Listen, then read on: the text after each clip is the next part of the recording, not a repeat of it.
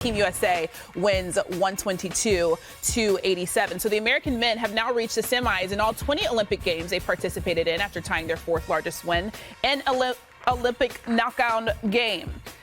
Durant finished with 11 points, but not all baskets created equal, as I mentioned. Here's Steve Kerr on KD setting the all-time scoring record for Team USA. Yeah, we gave Kevin the game ball after the game.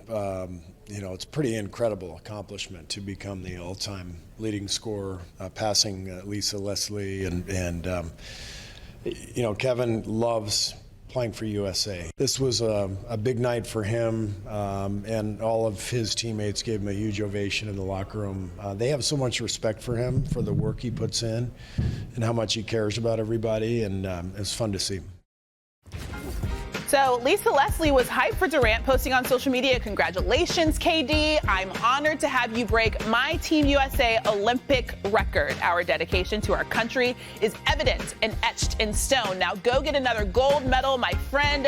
One team, one goal, gold." Durant, as he's wont to do, also jumped online saying, "Records are meant to be broken. I'll hold on to this until another great comes along and passes me up. Lisa Leslie, you are the gold standard in basketball. I appreciate your love and support throughout the years. Much love to you always. It's always about the gold, baby.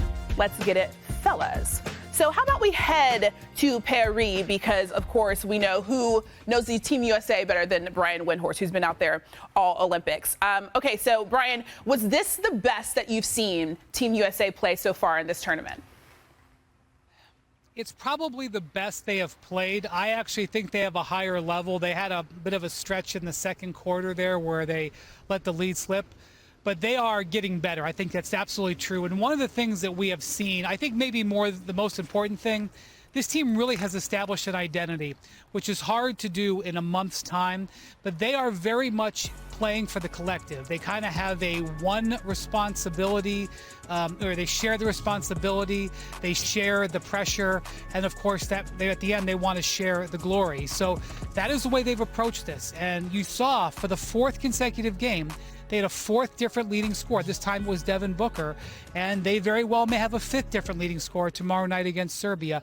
This is the way that they've decided they want to play, and they've really leaned into it. Yeah, they were going to have to keep this play up, because you've been saying it throughout the entire lead up to the semifinals that the Americans are going to have their hands full with Serbia tomorrow, especially if Nikola Jokic plays like he did versus Australia. Serbia trailed by as many as 24 points before the reigning NBA MVP put the squad on his back, posting 21 points, 14 rebounds, 8 assists, and 4 steals in the biggest comeback in Olympic history. Jokic had a couple of massive plays on the defensive end, a clutch Sombor shuffle to put Serbia up 3 with under 30 seconds left in OT. Steve Kerr knows how much of a challenge the Joker and the Serbian squad present to his team. Our guys know that, with Jokic leading the way, Serbia is one of the best teams in the world. And just because we've beaten them a couple times, it means nothing going into the semifinals. I think this will be their best game against us. We've had 2 wins against them, but they've proven to be one of the best teams in the world. And now that they've seen us a couple of times, I'm sure they'll have some counters for us. So we are expecting plenty of points in this one, as Team USA and Serbia both rank 1-2 in scoring and field goal percentage at the Olympics. However, the Americans held Serbia to 84 points on 42% shooting in group play, their worst output in both categories at the Olympics. There's so much to dive into ahead of the semifinal game, so we had to make sure we had an entire squad in studio to break it down. We have senior writer Ramona Shelburne in the building, NBA reporter Tim McMahon is here, and making his NBA Today debut, senior writer for Anscape, David Dennis Jr. Welcome, David. Thanks for having me. Yeah, I don't know. I see you in a box. I know, I'm used to you through Zoom and, getting told when to talk and not to talk and IRL stuff, I love it. Yeah. I love it. Okay, so do you think that tomorrow's game against the Joker presents the biggest challenge to this Team USA squad?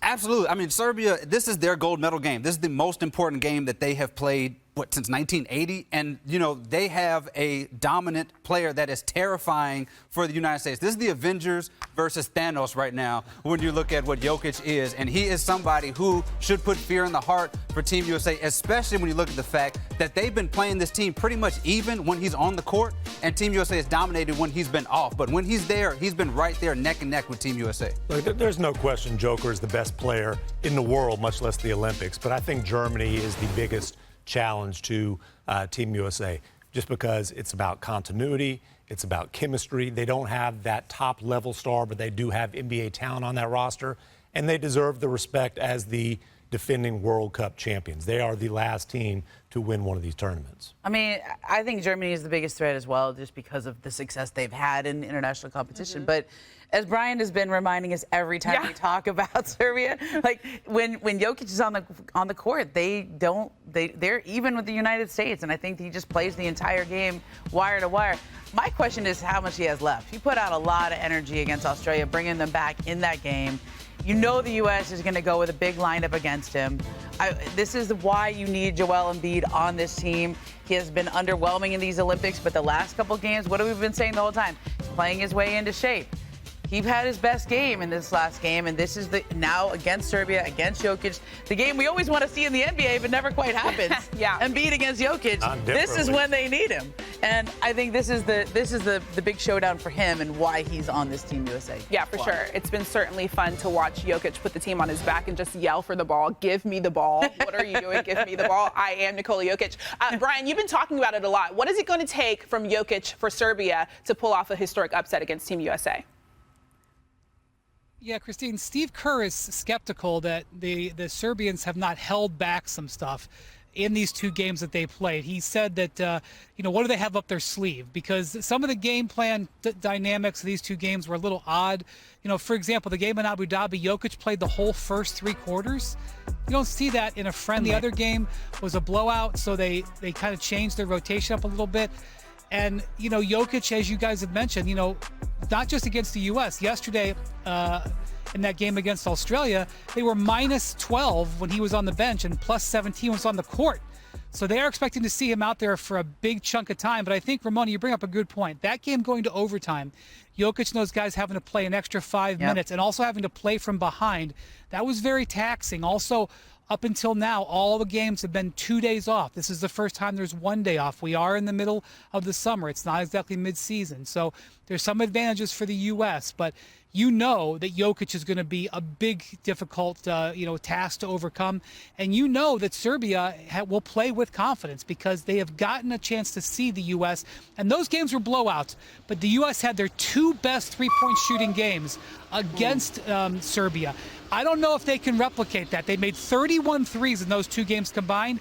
Even if they play great, they may not be able to do that. I think those blowouts were not a true indication of how close these two teams are. How many seconds was it that Jokic didn't play in that last matchup? I believe it was 86. 86 that seconds that he didn't play, worldwide Wendy mentioned, that's not even a minute and a half.